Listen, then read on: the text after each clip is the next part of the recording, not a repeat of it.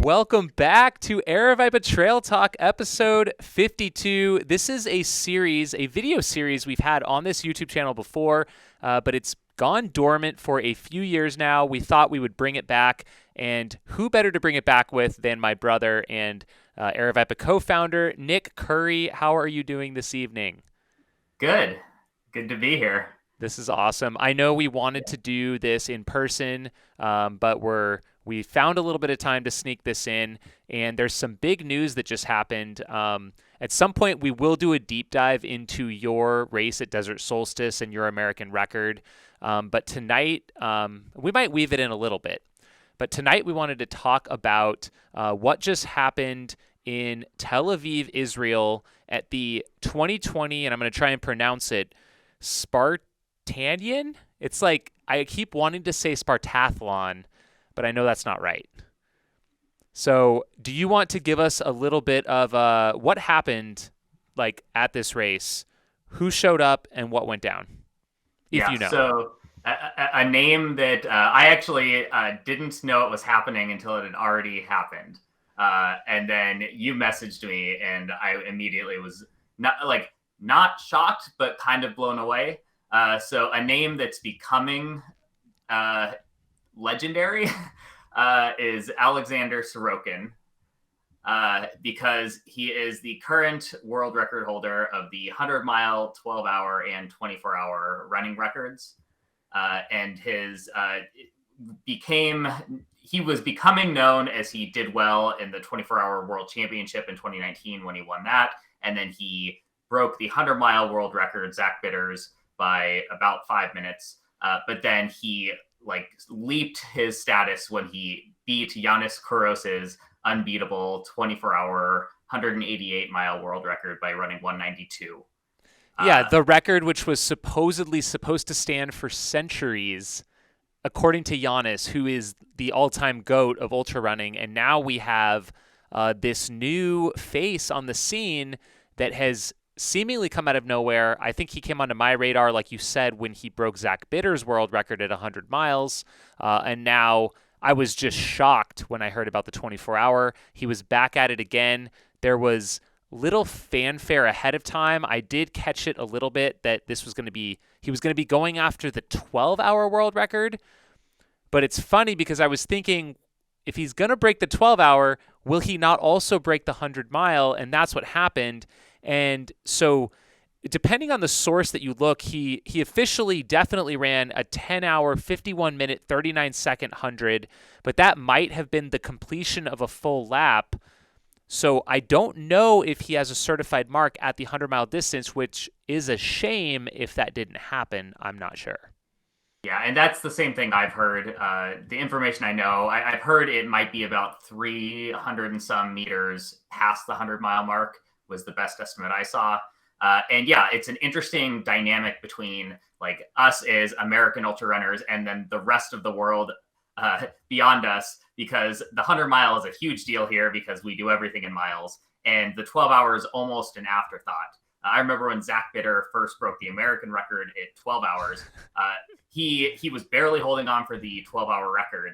And then at 90 miles, we let him know that, hey, if you just keep jogging, right, once you go through the 100 miles, you will break Yannis Kouros's 12-hour world record.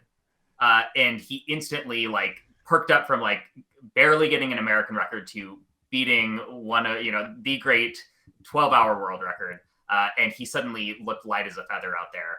But that's to say, none of us even had the 12-hour on our radar because all we cared about was the 100-mile. It was the afterthought of just jog it out to get a second record while you're almost there. And yeah, outside of the US, it's really the opposite. You happen to break the 100-mile record on the way to the record you care about, which is the 12-hour, which is more in line with a 24 or 48-hour. Yeah, and maybe we will start to care more maybe about the 12-hour. It seems like there's more people paying attention to it now. I mean, this is a lofty mark. Let's not kid ourselves. 110.24 miles is now the new best. And so that, to me, starts to, you think about, okay, you double that, wow, 200 miles at 24 hours might be possible with this performance now. And you were telling me that you think it could go even higher. Yeah, and it's obviously like all the numbers are made up and the points don't matter kind of a thing. It's so hard to predict, and there's several reasons I think it's especially hard to predict. Like one of which being like compared to something like a marathon where you're seeing this convergence where we have people hitting reliably like within a couple minutes of what seems to be roughly the human limit unless something drastically changes. You have how many countless guys in the like 201 to 206 range, and then countless more right butting up against that. And so there's these huge numbers close to this point that you don't seem to be able to get past. And it's really still the opposite in terms of these longer ultras, 100-mile, 24 hours, where like the top are complete outliers. There's miles and miles between any given performance. And so it's still early days. There's no clear upper bound other than it's beyond what people have done. Even what people have done, I mean, it blows all of our minds. Like even people who have done those kind of distances, like, it's hard to imagine that you could run further. But if you look at it from the flip side, which is there's still so much more for us to learn, so much for us to refine, like so many people that have never attempted an ultra and maybe would never, but if they did, they would have the potential there. Like all those pressures together, like there's no doubt in my mind, it can go a lot further. My like back of the napkin calculations, which are again totally made up and hard to justify without a lot of hand waving, make guesses around like 10 to 10:20 for 100 miles. I think could be possible, and the 24-hour can definitely go over 200. I think it could go 210 plus. Yeah, it's super exciting to think about that we are so early in it. Just the number of people attempting these, especially the super talented folks, they're just not even doing it or maybe not even turned on to the sport yet. So I think that is extremely exciting. And what I was starting to think about was, okay, where did this guy come from? He's from Lithuania. What is his background? What is his training like? What is he doing? And I forgot about the fact that he was recently in Kenya training up at altitude, and you were diving in a little bit more because you didn't fully know or understand what he was doing, and you were sending me some screenshots. Tell us a little bit about what you found about his background and what is his training like? How's he able to do this? Yeah, so I tried to do some deep diving after this to say, what is it that he's doing? Is he doing something totally out of left field that no one's ever thought of? Is he just doing a lot of traditional things?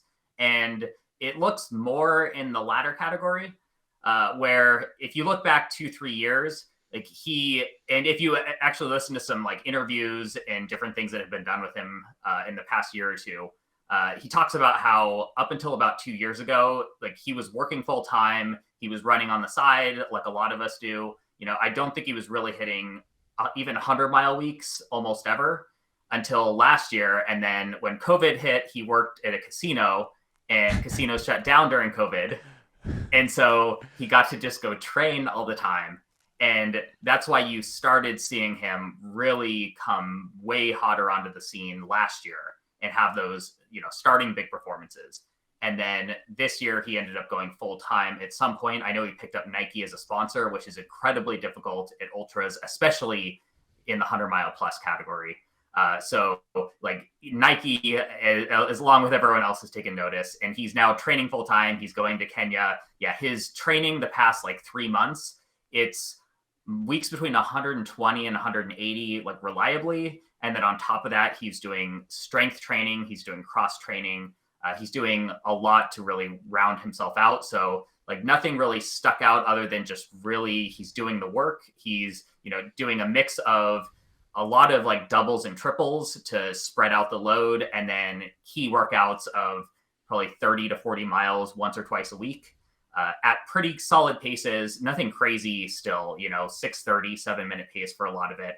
So, not like blitzing like a marathon, an elite marathoner would speed wise, but also probably that's not what you would need to do these performances. Yeah, it sounds like he's putting in a lot of volume. And now that he's full time, he's really able to focus on that recovery and do all those extra things that you need to do to handle that volume. He doesn't have these other life stressors that may pull him back. Now, I know we know Giannis somewhat well, more well than maybe most Americans. You know, we spent some time with him. And from what you know of Giannis's training, how does that compare? It doesn't seem like Giannis had quite the support level.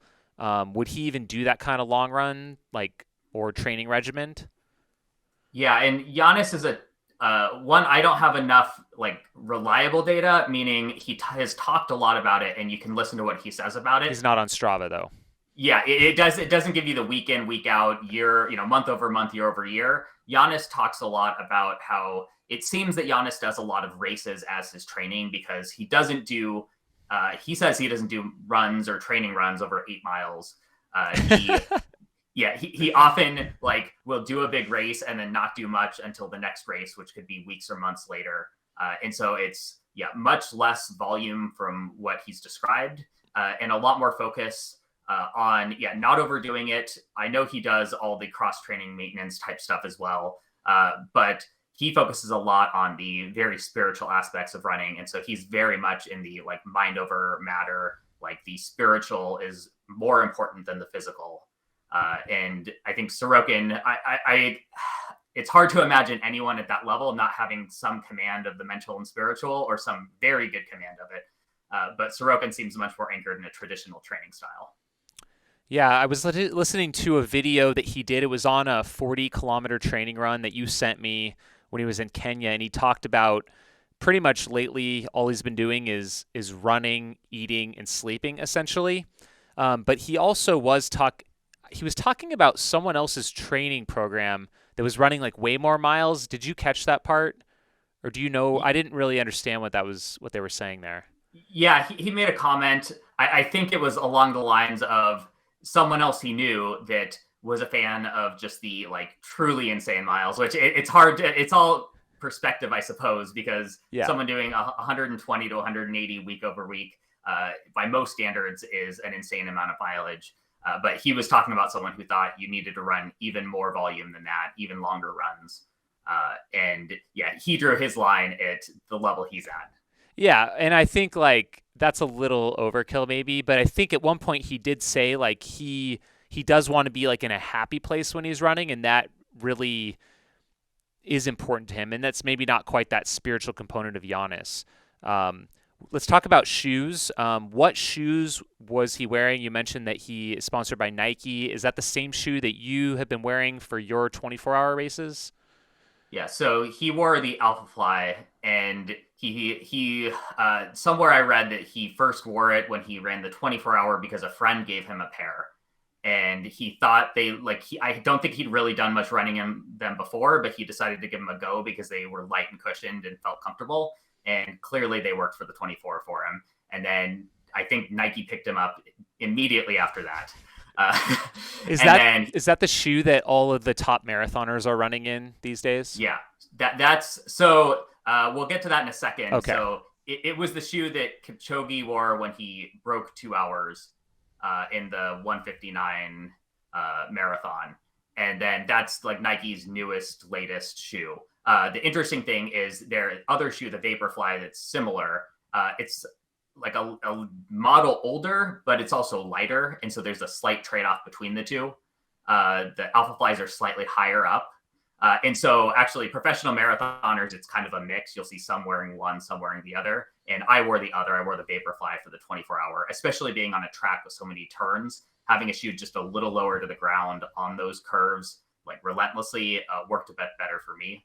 But both of them are just, like I'd say from everything I know, they work as advertised. It's the same reason you've seen all of the marathon and below records just getting smashed one after the other right now. They work. I think the advantages are different in longer ultras, but equal or possibly even greater over that distance. I think they probably give you a slight efficiency gain, but I think even bigger than that is they preserve your legs. And like all that together, like once I was able to handle them, and I do emphasize that like they can be a risk because you're higher off the ground, they can stress different muscles, and they could take you out just as easy as they could help you. So probably even more. Do you train in those shoes in a build-up, and like what kind of workouts are you doing? Speed work in these? Are you doing long runs in these? How do you integrate these? I do a little of everything. I do speed work in them. I do like my long track runs in them. I estimated that I probably did 1,000 miles in various pairs over the last year of training. And so that like the when you're not used to them, it takes time to get used to being efficient in them and having the muscles to support that. And even then, I think the biggest stresses I have on and like the damage I have after the 24 is from wearing the shoes and the stresses they put on me. So while they're worth it, they do come at a cost too. But I think the other thing is to keep that in mind when you look at these records as well. There's almost like a hidden asterisk on anything like post the super shoe world. Like have respect for the performances and the records that came before, because we have these technological advances that just weren't available before. And so even though, I may run further, like I respect even more the performances of the same caliber that we're using, so to speak, traditional shoes, not these, massive hunks of foam that just let you float along. Yeah, that are, have so much research and R&D behind them to get those gains. Yeah. Um, did you find, yeah, what else about Sorokin? Did you find anything else out about him or that was interesting to you? Yeah. So one particularly interesting thing I read in his history that he started running, I believe it was 2013. I think he was 30 to lose weight. He wasn't a runner until then. And I think he had been athletic when he was younger and then kind of gotten out of it as he got, into his 20s and is approaching 30. And I don't know exactly what, weight he got up to, but I saw a picture of him and he does not look like a world-class runner. He looks quite the opposite. And what's interesting about that is I do know a couple other cases of runners who became world-class that had lost a huge amount of weight. And while I don't have any like specific data behind this, I suspect that there's something physiological where like your body gets used to carrying around a bunch of extra weight and then you lose it and you're otherwise of the right caliber to do these kind of races.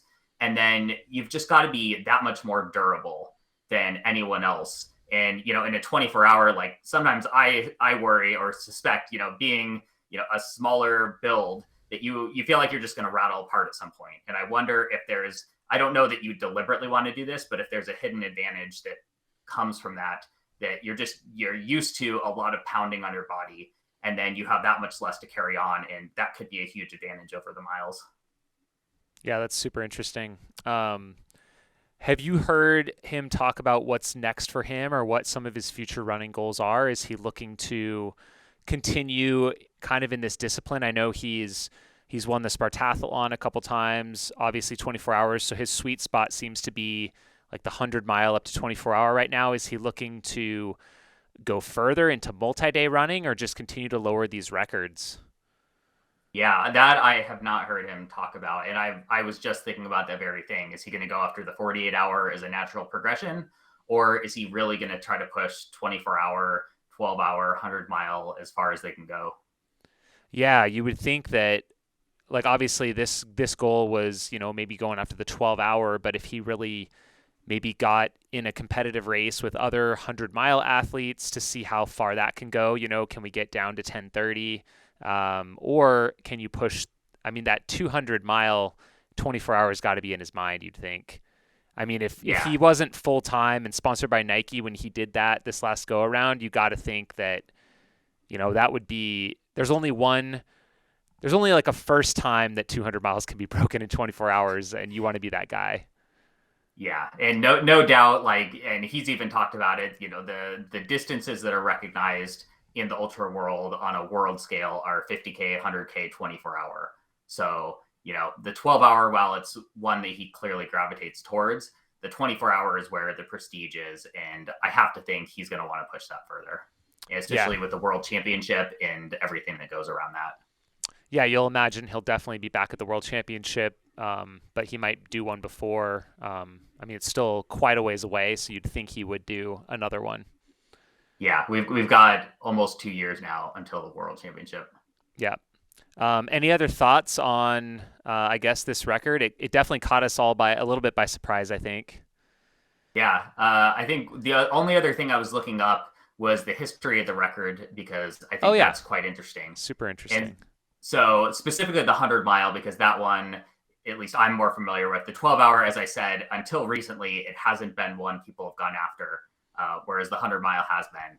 And like I remember reading, these were some of the performances actually that inspired Desert Solstice as a race, and even a lot of my own running. One of them being the Tipton 100 in 1975, and it was a race where Calvin Woodward was this like the most positive split runner that you've ever heard of at these kind of distances. He went out in a 5:19 mile. He went through 10 miles in 56 minutes. He 4:58. He was the first person ever to break 5 hours, breaking the world record at 50 miles. And then he hung on for a world record of 11:38 at 100 miles to smash the previous record. And he'd never run further than Comrades, which is 55 miles at that point. But this race itself is just as interesting as his performance. It was an invitation only for 20 runners worldwide, 16-hour cutoff for a 100-mile race.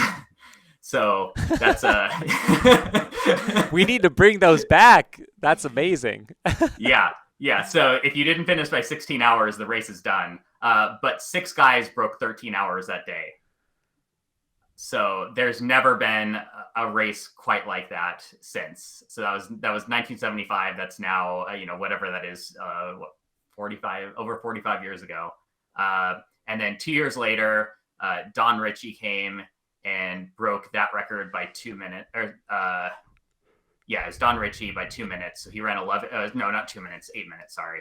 He ran 11:30 in 1977, and then that stood for 25 years. And they actually held a 25th year anniversary race on the same track where Don Ritchie had set the 100-mile world record, and 2 Russians came, and it was like a young 22-year-old and a 38-year-old, and they duked it back and forth. And the 22-year-old Dennis, he had the lead with I think he had a 7-lap lead with like an hour to go or something like that, but he was crumbling.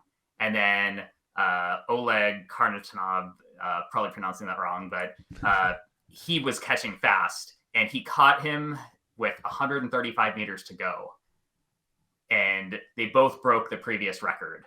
But yeah, it was like one of the most nail-biting races probably ever. And they ran an 11:28, so they only broke it by less than 2 minutes. Yeah. And then that again stood for so I was looking at this and I'd never made this connection. No one else. So since like the 1977, other than these world record performances, no one else broke 12 hours except Yannis Kouros until essentially the present day, when Zach Bitter started making his assault on the record. He came to Desert Solstice, ran the American record in 2013, came and broke it again in 2015. And then he broke the world record with the 11:19 in 2019 at 6 days in the Dome. And yeah, that stood probably for not as long as it deserved to, but certainly by someone very worthy to do it, which was Alexander Sorokin, beating it by 5 minutes, and then now beating his own record by almost 25 more minutes. That's incredible. Do you hope that, I guess it feels like there's a resurgence in flatter, faster runs and people going after these records? Like, does that excite you? Are you excited about the future of people going after the 100-mile? And what's your take? Like, do you like the 100-mile versus the 24-hour, or both of them? Like, does both of that kind of excite you? Would you like to see more people going after it? Oh, I want to see people go see what's possible. Nothing excites me more than that. And I think both are worthy for different reasons. Like the 100-mile, for lack of a better way to describe it, it feels like the marathon of ultras, where it feels very accessible to a lot of runners, especially a lot of very fast runners. Like you feel like you can hold on for a fast 100-mile. And though most people will blow up in the process, not everyone does. And so you can see these crazy fast paces, 6:30 pace is now possible and has been done at the 100-mile. And a lot of these fast guys that have, they come up through the road running scene, or they're collegiate runners, and they can blast out a fast 50K, and by extension, a fast 50 mile or 100K is not that hard. And the stretched 100 mile is longer than it feels. It seems like not that big a jump, but those last 40 miles are very difficult. But some guys will execute and hang on, and I'm hoping we see more and more where, you don't have these solo efforts, but you have groups running together like you have at the 100K, 50 mile, and especially at the marathon, going after the 100-mile world record this way.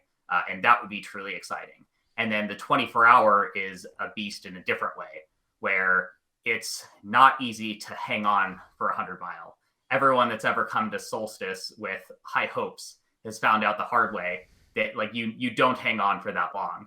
That once you get to like 12 to 16 hours, you feel the wheels coming off, and then you realize you have 8 to 12 hours more, and there's nothing you can do to hang on that long.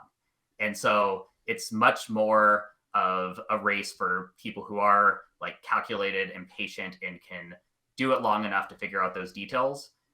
And so I think the performances are just as impressive, but it takes a slightly different person. And it's one of the biggest like jumps in terms of when you just double a race distance, 5K to 10K or half marathon to marathon. Most people can succeed at both.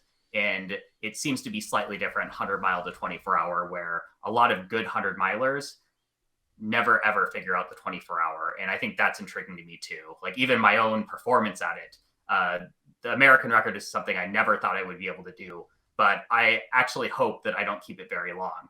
I'd rather that I inspire more people to go after it and quickly beat it and push it a lot higher. I know there's tons of Americans who could do unbelievable things at the 24-hour. And like, I think my record is very weak relative to a lot of the abilities that are out there. A lot of the people that if they could figure it out, they could do, the same thing Sorokin's doing. They could be the one to break 200. And I would love nothing more than to see that. Yeah, it feels like we are entering kind of a new golden age of 100-mile running at least. And maybe that will one day translate to the 24-hour. But we're seeing so many guys, it seems like running trail 100-mile races in like the 13-hour range right now, just like all the time. And if we can just get those guys on like a proper flat surface, I think we could be seeing like more and more 11 hours. And like one of those coming up, is the 100-mile USATF Road Championship, which I think has gotten more attention as of late. There's more hype around it. It's coming to the jackpot race in Las Vegas next month. And I know they had a lot of big names come out this last year. Unfortunately, it was moved, I think, to April or May, and it was super hot. But it's going to be back in February. So I don't know. I think we could see, especially now that there's, oh my gosh, someone just went sub 11. It's like new possibilities have opened up now. People can like reframe everything. You're no longer shooting for, 11:28 is no longer the mark, or 11:19. It's like, oh man, that's a whole new barrier has been broken. Yep.